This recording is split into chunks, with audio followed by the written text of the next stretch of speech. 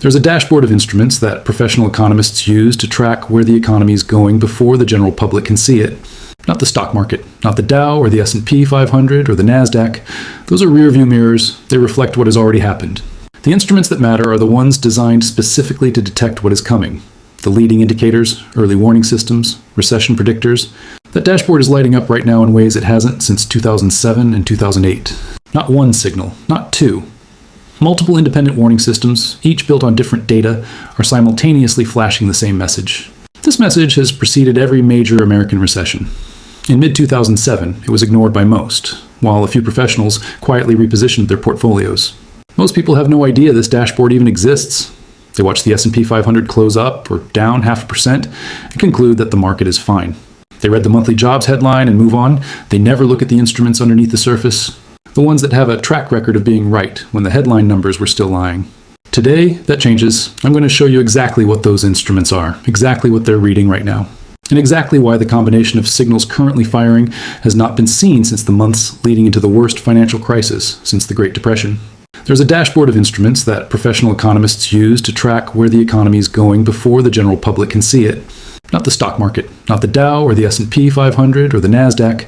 Those are rearview mirrors. They reflect what has already happened. The instruments that matter are the ones designed specifically to detect what is coming. The leading indicators, the early warning systems, the recession predictors. These have been calibrated against every economic downturn since the 1950s. That dashboard is lighting up right now in ways it hasn't since 2007 and 2008. Not one signal, not two. Multiple independent warning systems, each built on different data, tracking different parts of the economy, are flashing the same message. This message has preceded every major American recession in living memory. In mid-2007, it was ignored by most investors, while a handful of professionals quietly repositioned their portfolios.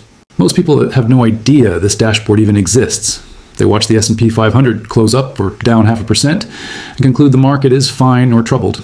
They read the monthly jobs headline and move on. They never look at the instruments underneath the surface, the ones that have a track record of being right. Today, that changes. I'm going to show you exactly what those instruments are, what they're reading, and why this combination of signals has not been seen since the Great Depression. Let's start with the most important concept in this entire analysis: the difference between a coincident indicator and a leading indicator. A coincident indicator tells you what is happening right now: GDP growth, current employment, current retail sales. These numbers confirm the present. They are valuable for understanding today. A leading indicator tells you what is about to happen, typically 6 to 12 months before it becomes visible in the coincident data. And crucially, it tells you this before the stock market prices it in, before the official recession declaration, before the headlines catch up. The Conference Board has maintained the most closely watched composite of leading indicators in the United States since 1959. The leading economic index, the LEI, combines 10 independent components into a single number. These include average weekly hours in manufacturing, initial unemployment claims, new manufacturing orders, building permits, stock prices, credit conditions, consumer expectations, and others. It is specifically engineered to detect turning points in the economy before they become obvious. Here's what the LEI is currently reading. The Conference Board's LEI registered its fifth consecutive monthly decline in December 2025, falling to 97.6, down from 98.3 in September, 98.2 in October, and 97.9 in November. The U.S. LEI registered its fifth consecutive monthly decline in December, indicating continued softness in the economy. In early 2026, said Justina Zabinska-La Monica, Senior Manager of Business Cycle Indicators at the Conference Board. 5 consecutive months of decline, not a one-month blip, not seasonal noise. A sustained directional trend. Over the full second half of 2025, the LEI contracted by 1.2%. Over the first half of 2025, it contracted by a steeper 2.8%. The overall trajectory across the entire year of 2025 was a consistent downward movement. The Conference Board itself described this as signaling continued softness in the economy in early 2026. Now here's the historical context that makes this significant. The LEI fell for consecutive months before every major American recession since 1959, before the 1990 recession, before the 2001 dot-com recession, before the 2008 financial crisis, before the 2020 COVID recession. In every instance, the sustained decline in the LEI preceded the official recession declaration by the National Bureau of Economic Research by 6 to 18 months. By the time the NBER officially called the recession, the LEI had already been signaling it for more than a year. The LEI has been declining month after month through all of 2025. And the Conference Board now projects that this will translate into real economic softness throughout early 2026. That's warning signal number 1. Now let's talk about the one that has Wall Street economists most unsettled. The Sahm Rule, the indicator with no false positives. In 2019, Federal Reserve economist Claudia Sahm published a paper that changed how professionals think about recession detection. She identified a simple, elegant rule built on a single data series, the national unemployment rate. The Sahm Rule states that when the 3-month moving average of the unemployment rate rises by 0.5 percentage points or more above its lowest point in the prior 12 months, the economy is, with near mathematical certainty, already in the early months of a recession. The record is extraordinary. In the 11 recessions since 1950, the Sahm Rule has triggered during every single one, on average, about 3 months into the recession. This is well before NBER officially declares a recession, and before GDP data is available to make it clear. Since 1950, the Sahm Rule has indicated only one false positive. 11 recessions. Triggered every single time, average lead time on the official NBER declaration of 3 months. Meaning the Sahm Rule identified the recession while economists were still debating whether one had started. One false positive in 66 years of data. CNBC calls it a fail-safe gauge. Barron's calls it well-regarded. Investopedia notes that economists love the indicator for its simplicity and reliability. Here is where it stands today. As of November 2025, the most recent data available, the 3-month moving average of the unemployment rate sat at 4.50%, which is 0.43 percentage points above its 12-month low. That number, 0.43. The threshold that triggers the Sahm Rule's full recession signal, 0.50. The indicator is 0.07 percentage points from triggering, 0.07%, one bad jobs report away. And on March 6, 2026, we got that jobs report. February 2026, negative 92,000 jobs. The third month in 5 where payrolls went negative. Unemployment at 4.4%. The 3-month moving average of unemployment has continued to climb. The Sahm Rule has not officially printed its recession signal yet as this script is written, but the direction of travel is unmistakable. The indicator that has correctly identified every recession since 1950, with only one false positive in 66 years of data, is sitting at its threshold, reading 0.43, with an unemployment trend that is moving in exactly the wrong direction. This is warning signal number 2. And now we get to the one that most closely parallels the specific pattern of 2007 and 2008. The yield curve, the signal that predicted every recession since 1955. The yield curve is the most storied recession predictor in financial markets. Its track record is consistent and documented across multiple countries and time periods. The Federal Reserve Bank of New York maintains a dedicated model, publishing recession probability readings monthly. It has predicted nearly every U.S. recession since 1950, with only one false signal before the 1967 credit crunch. The mechanism is straightforward. When short-term interest rates exceed long-term rates, the curve is said to be inverted. This signals bond market participants expect severe economic deterioration, forcing the Federal Reserve to cut short-term rates. The bond market, in effect, is pricing in recession before it even arrives. Here is the timeline that parallels our current moment with devastating precision. In July 2007, the yield curve began signaling severe stress. The 10-year and 2-year Treasury yield spread was deeply negative.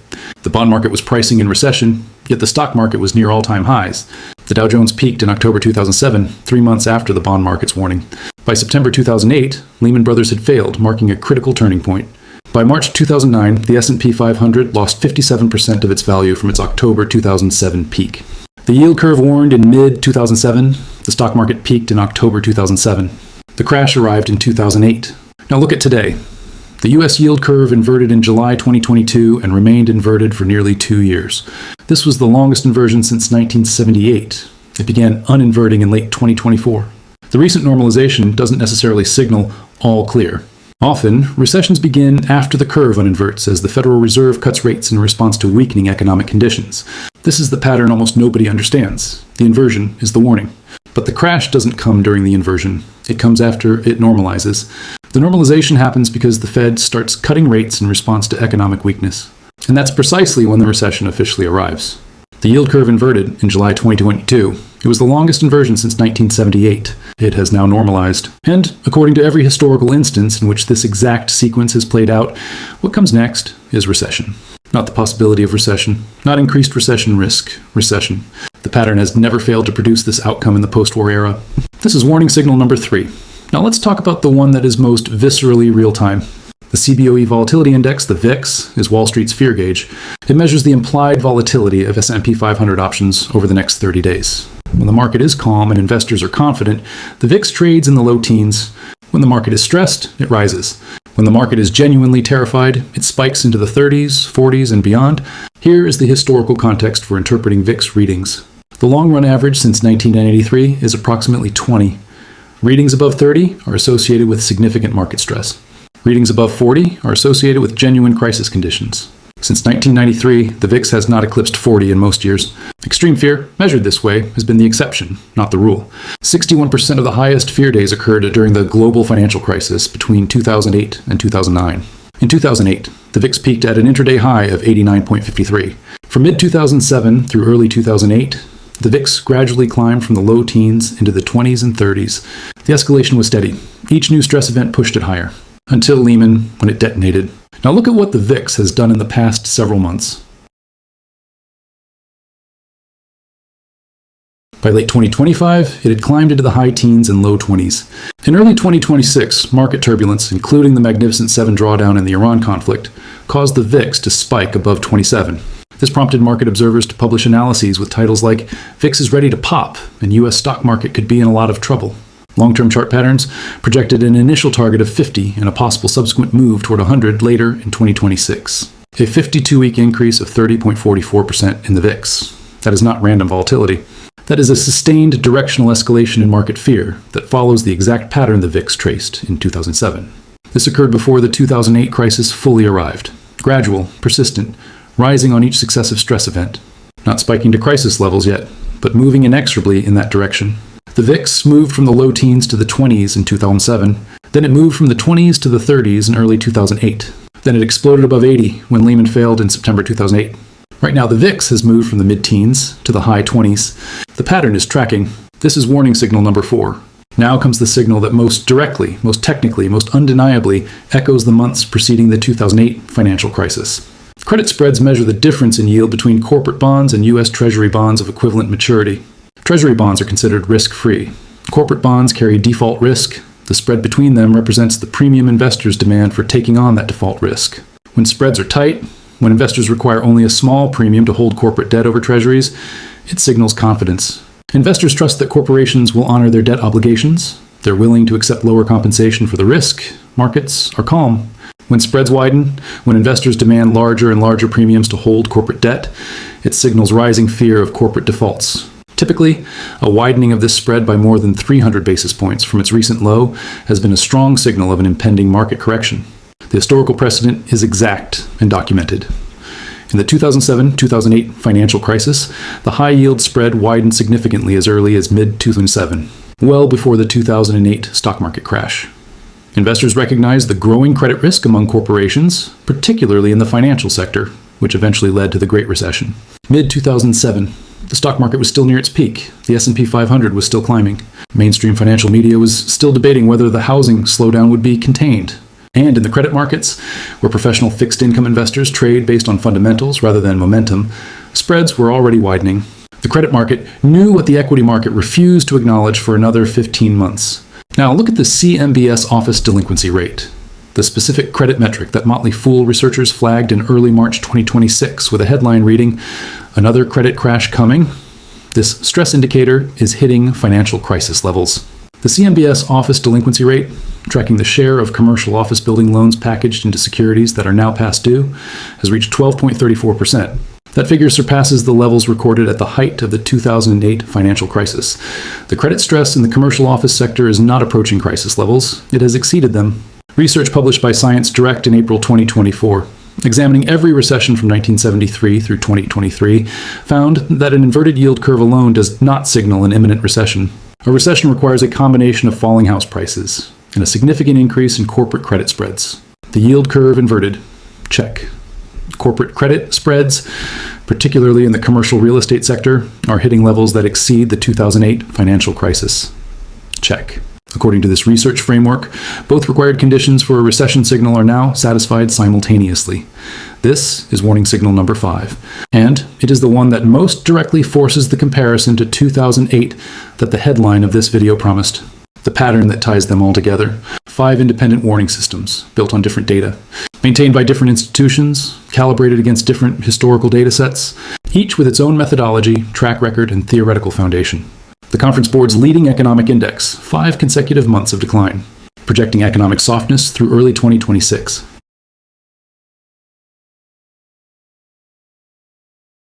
The underlying unemployment trend moving in the direction that will complete the signal.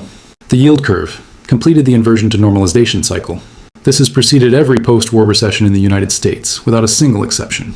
The VIX, up 30.44% over the past year, retracing the exact pattern of gradual escalation. It showed this in 2007 before the 2008 crisis arrived. Credit spreads in commercial real estate hitting levels that exceed the 2008 financial crisis peak. 5 signals, all pointing the same direction. All reading at levels not seen simultaneously since the months leading into the worst financial crisis, since the Great Depression. Here is the critical distinction between what this dashboard showed in 2007 and what it shows today. In 2007, some of these signals were firing, the yield curve had inverted, credit spreads were widening. But the full constellation, all 5 instruments simultaneously at stress readings, took months to assemble. The process was sequential. Each signal activated one by one as the financial system deteriorated layer by layer. Today, the constellation is already assembled. The LEI has been declining all year. The Sahm Rule is at its threshold. The yield curve has completed its normalization cycle. The VIX has spent a year in sustained escalation. CMBS credit stress is above 2008 levels. All 5 instruments are reading simultaneously. In 2007, investors who saw the early signals had time to wait and see if the others would follow. They had months of additional data collection before the full picture emerged. That luxury does not exist in the same form in 2026. The full picture is already there. What makes 2026 structurally different from every previous cycle? There's one dimension of the current situation that has no historical precedent. That makes the warning signals more dangerous in 2026 than in any prior cycle, where similar readings appeared. The policy response capacity is compromised. In 2008, when Lehman Brothers failed and the financial system froze, the federal government deployed an immediate fiscal response. The $700 billion TARP program, emergency lending facilities at the Federal Reserve, quantitative easing on an unprecedented scale. All of this was possible because the U.S. government had the fiscal space to respond. Debt to GDP was approximately 70%. Interest payments on the national debt were a manageable fraction of the federal budget. The government could borrow massively and rapidly to contain the crisis. That capacity has been spent. The U.S. national debt now stands at $38.4 trillion. Net interest payments on that debt are approaching $1 trillion per year. More than the entire defense budget, more than Medicare. The second largest line item in the entire federal budget behind only Social Security. America borrowed $43.5 billion a week in the first 4 months of the fiscal year, with debt interest on track to be over $1 trillion for 2026. Debt to GDP has moved from 70% in 2008 to over 120% today. Interest costs have tripled in 5 years. The fiscal response capacity that existed in 2008 is structurally constrained in ways it was not 18 years ago. And the Federal Reserve faces its own constraint. It cannot cut rates aggressively to stimulate the economy because inflation, running at 2.4% before the Iran-driven oil shock of early March, has not yet returned to its 2% target. Every rate cut risks reigniting the inflation that took 4 years of elevated rates to suppress. Every rate hold allows the stressed sectors, overextended consumers at $1.233 trillion in credit card debt, commercial real estate borrowers facing a $936 billion maturity wall, corporate borrowers refinancing at rates double what they originally paid, to deteriorate further. The warning signals are firing. The traditional policy responses are compromised. The combination is one that financial history has not tested before in this specific form. The moment of recognition. Here is the question that every investor must sit with after absorbing what the warning systems are saying. In 2007, when the yield curve inverted and credit spreads began widening, the consensus view was that these signals would prove false, that this time was different, that the housing slowdown would be contained, that the Fed would cut rates in time to engineer a soft landing, that the warning signals were overly pessimistic. They weren't. The same consensus view is operating today. The official growth forecast from the Conference Board is for GDP growth of 2.1% in 2026. JP Morgan's official base case is not recession. The Federal Reserve's official posture is cautious optimism. Wall Street's consensus earnings forecast for the S&P 500 remains positive. But the warning dashboard, the LEI, the Sahm Rule, the yield curve cycle, the VIX trajectory, the CMBS credit stress does not read consensus views. It reads data. And the data it is reading is exactly the data it has read before every major recession in the post-war era. While the LEI and inverted yield curves suggest that the conditions for a recession are present, the Sahm Rule and measure of full-time employment tend to be the evidence of one. The conditions are present. The evidence is materializing. Both conditions and evidence are now active simultaneously. The moment of recognition, the moment when the consensus view shifts from cautious optimism to acknowledgement of what the warning systems have been saying, is the most dangerous moment for investors who haven't already prepared. Because that moment doesn't arrive gradually, it arrives all at once. Markets don't drift to fair value when consensus changes. They gap lower, they dislocate. The repricing of years of accumulated risk happens in days, not months. In 2007, the moment of recognition came in September 2008, by which point the warning signals had been active for over a year. The warning signals of 2026 are active right now. The moment of recognition has not yet arrived. That gap between the warning and the recognition is the preparation window. It is open. It will not stay open. 5 warning signals, not seen simultaneously since 2007, all pointing in the same direction. Each with a track record that demands to be taken seriously. Together, forming a picture that is not ambiguous to anyone willing to look at the full dashboard, rather than just the headline index level. The stock market just sent a warning signal not seen since 2008. The question is whether you heard it.